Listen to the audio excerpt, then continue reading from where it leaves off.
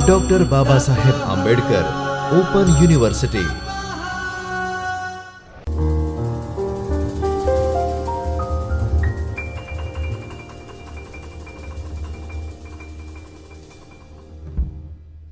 नमस्कार। Doctor Baba Saheb Ambedkar open university के चैतन्य studio से आप सभी का बहुत बहुत स्वागत है। बीए ऑनर्स हिंदी में प्रथम सेमेस्टर में एबिलिटी इन्हेंसमेंट कोर्स के रूप में HND AEC 101 हिंदी भाषा और संप्रेषण हम पढ़ते हैं, जिसकी तीसरी इकाई में ये हिंदी विराम चिन्हों के प्रयोग ये व्याख्यान हमने पिछले अपनी कक्षा में देखा था और अब उसका आगे का भाग। पिछली बार हमने पूर्ण विराम और अल्प विराम तक बात की थी। आज हम कुछ और विराम चिन्हों के विषय में जानेंगे। अगला जो हमारा विराम चिन्ह है वो है अर्धविराम। एक छोटे बिंदु के बाद उसके नीचे कॉमा लगाते हैं, वो अर्धविराम कहलाता है या सेमीकोलन कहलाता है। ये एक दूसरे से जुड़े छोटे वाक्यों के बीच देते हैं। जहाँ पर एक वाक्य पूरा हो गया लेकिन बात पूरी नहीं हुई है तो वहाँ पर पूर्ण विराम न दे करके सेमीकोलन देते हैं। जैसे विद्या विनय देती है, विनय पात्रता, पात्रता धन, धन से धर्म होता है और तब सुख प्राप्त होता है। जो चाहे करो, बस हमें तंग मत करो। यह सब तो ठीक है, परंतु सोचिए तब निर्णय कीजिए। भारत में स्वतंत्रता का निर्णायक शंख महात्मा गांधी ने फूंका, अहिंसा और असहयोग के अस्त्र उन्होंने दिए। तो ये सारे जो वाक्य हैं, इसमें एक वाक्य पूरा हो रहा है लेकिन बात पूरी नहीं हो रही है, तो अर्धविराम लगा करके उसको अलगाते हैं। दो वाक्यों को आप और अलगाते भी हैं और एक साथ जोड़ते भी हैं। अंकों का विवरण जब दिया जाता है, कहीं पर कोई गणितीय आंकड़े देने हैं तो अंकों के बीच में अर्धविराम लगाते हैं। छात्र 600, छात्राएं 565, अध्यापक 70, अध्यापिकाएं 110। इसी तरह से दूरभाष नंबर अगर आपको एक से अधिक देना है तो उनके बीच में आप ये कॉमा लगाएंगे, अर्धविराम लगाएंगे, सेमीकोलन। ध्यान रखिए, अर्धविराम के पहले स्पेस नहीं आएगी और अर्धविराम के बाद स्पेस अवश्य आएगी। जिस तरह से कॉमा में होता है, पहले स्पेस नहीं होती है, बाद में स्पेस रखनी होती है, उसी तरह से अर्धविराम या सेमीकोलन के लिए भी सही है। उपविराम यानी कि कोलन। सूची देने में महत्वाकांक्षी के 3 शत्रु हैं, कोलन दिया, आलस्य, हीन भावना और पराश्रय। ठीक है। नाटक में जब संवाद जो लिखते हैं तो उसमें व्यक्ति पात्र का नाम लिख करके और उसके बाद कोलन दे करके और फिर उसका संवाद लिखते हैं। ये पारंपरिक तरीका है। राम, हा सीते तुम कहाँ हो। तो ये संवाद लिखने में पात्र के नाम के बाद उपविराम या कोलन देते हैं। सूचना जो दिया जाता है उसमें कोलन दे करके देते हैं। स्थान, बैठक कक्ष, समय सुबह 10:30 बजे। समय बताने के लिए कोलन का प्रयोग करते हैं, दोपहर 2 बजे, है ना। इस तरह से अगर कोई हमको समय बताना है तो बीच में कोलन दे करके, घंटे और मिनट को अलग अलग करने के लिए बीच में कोलन देते हैं। ध्यान रखिए, उपविराम के आगे पीछे स्पेस आती है। जब आप शब्दों के साथ उपविराम का प्रयोग करेंगे तो पहले भी आप स्पेस देंगे, बाद में भी देंगे। इसका कारण मैंने आपको शुरू में ही जब आप सूची बता रहे थे पिछले व्याख्यान में कि कौन कौन से विराम चिन्ह हिंदी में प्रयोग होता है, तब भी बताया था कि उपविराम हमारा हिंदी और संस्कृत में जो विसर्ग प्रयुक्त होता है उससे मेल खाता है। संस्कृत में तो हम ये चिन्ह उपयोग नहीं करते हैं, लेकिन हिंदी में हम विसर्ग वाले शब्दों का भी प्रयोग करते हैं और उपविराम का भी प्रयोग करते हैं। तो कहाँ पर उपविराम है और कहाँ पर विसर्ग है, इसकी स्पष्टता रखने के लिए, चूँकि विसर्ग तो हम निश्चित रूप से शब्द से सटा के ही रखेंगे, तो इसलिए उपविराम को हम शब्द से अलग रखते हैं, उसके बीच में एक स्पेस दे देते हैं और बाद में तो स्पेस आती ही है। तो ध्यान रखिए कि उपविराम का जब आप प्रयोग करें तो उपविराम के आगे और पीछे दोनों स्पेस दें। हाँ, जब अंकों को केवल बताना है, जब समय बताने के लिए आप अंक खाली लिखते हैं तब वहाँ पर स्पेस न आगे आएगी न पीछे आएगी। आप दोनों 12 5 तो 12:05 आप पूरा सटा के लिखेंगे, बीच में कहीं कोई स्पेस नहीं आएगी।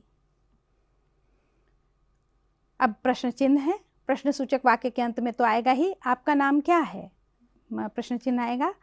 यदि एक वाक्य में कई प्रश्नवाचक उपवाक्य हो तो पूरा वाक्य समाप्त होने पर, जैसे एक कोई वाक्य बन रहा है लेकिन उसके साथ में कई खंडों में प्रश्न पूछे जा रहे हैं, तो उनके बीच तो कॉमा लगेगा और अंत में केवल प्रश्नवाचक लगेगा। तुम रोज कहाँ जाते हो, किसके साथ जाते हो, क्या करते हो, बताते क्यों नहीं। मुख्य बात क्या है, बताते क्यों नहीं। प्रश्न ये है, बताते क्यों नहीं, तो वहाँ पर प्रश्न चिन्ह लगेगा।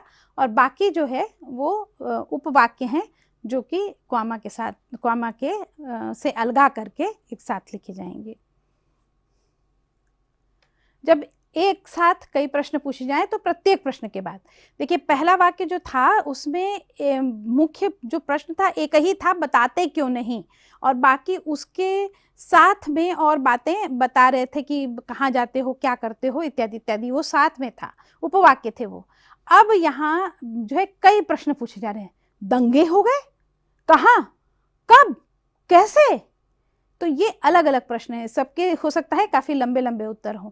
तो ये कई प्रश्न एक साथ पूछे गए हैं, लेकिन हर एक प्रश्न के बाद जो अपने आप में पूरा है प्रश्न, दंगे हो गए ये एक प्रश्न है, इसका जवाब हाँ या ना में हो सकता है, लेकिन कहाँ, इसका भी एक शब्द में भी उत्तर हो सकता है, स्थान का नाम बता दे, या हो सकता है थोड़ा विस्तृत हो।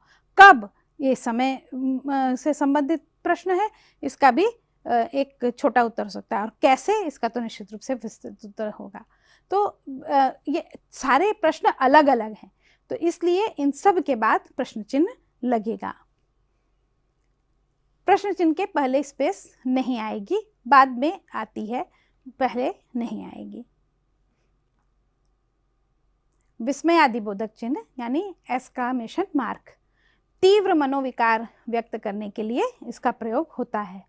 गधा कहीं का, निपट गंवार, है ना, ये बहुत तीव्र मनोभाव को प्रस्तुत कर रहे हैं, तो ऐसे जगहों पर एक्सक्लेमेशन मार्क या विस्मयादिबोधक चिन्ह दिए जाते हैं। प्रश्नवाचक वाक्य में भी यदि तीव्र मनोविकार व्यक्त हो, तो बहुत गुस्से से अगर कोई कुछ बात कह रहा है, तो वहाँ पे प्रश्न चिन्ह की जगह ये विस्मयादिबोधक चिन्ह ही दिया जाता है।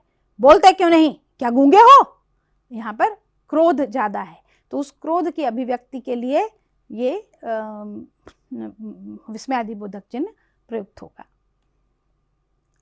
संबोधन के लिए तो होता ही है, बोलो मोहन क्या कह रहे थे, राधा जरा यहाँ तो आना, मित्रों आज हमें अतिरिक्त रूप से सजग हो जाने की आवश्यकता है। यहाँ पे सभी जगह संबोधन किया गया है, खास व्यक्ति को खास काम के लिए या खास बात के लिए, तो वहाँ पर एक्सक्लेमेशन मार्क लगेगा। जब सामान्य रूप से बुलाते हैं वहाँ पर सामान्यतया कॉमा लगाते हैं, अल्प विराम, लेकिन जब किसी खास बात के लिए खास तवज्जो दे करके किसी को बुलाते हैं, तो वहाँ पर विस्मयादिबोधक चिन्ह का प्रयोग होता है। ये सारे जो हैं विराम चिन्ह, ये पिछले व्याख्यान में भी मैंने बताया था, ये पुनः बता रही हूँ कि देवनागरी लिपि तथा हिंदी वर्तनी मानकीकरण में अच्छी प्रकार से दिए हुए हैं, और आप देख सकते हैं बाकी जो सूची के हमारे विराम चिन्ह थे जिनके विषय में हम व्याख्यान में हमने बातें नहीं की, वो भी सब इस पुस्तक में उपलब्ध है, आप वहाँ देख सकते हैं। और इसको आप निश्चित रूप से मंगाइए, क्योंकि ये निःशुल्क वितरित होती है।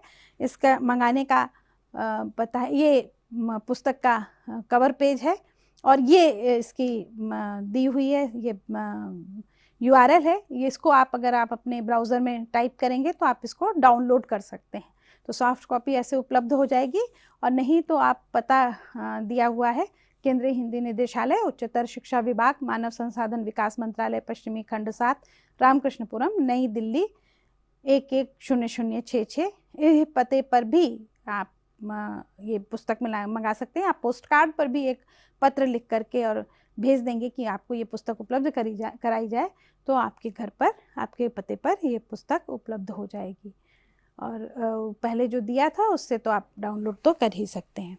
और ईमेल अगर आपको भेजना है हमें, किसकी कोई समस्या आती है आपके अध्ययन में, किसी तरह का प्रश्न आप उपस्थित होता है, पूछना चाहते हैं, तो हमें hindi@baou.edu.in पर आप लिख सकते हैं, ईमेल भेज सकते हैं, अपना पूरा नाम, मोबाइल नंबर, रजिस्ट्रेशन नंबर, अभ्यास केंद्र का नाम और कोड जिससे आप संलग्न हैं, और कोर्स का नाम, ये सारी सूचनाएं देते हुए आप हमें ईमेल लिखें।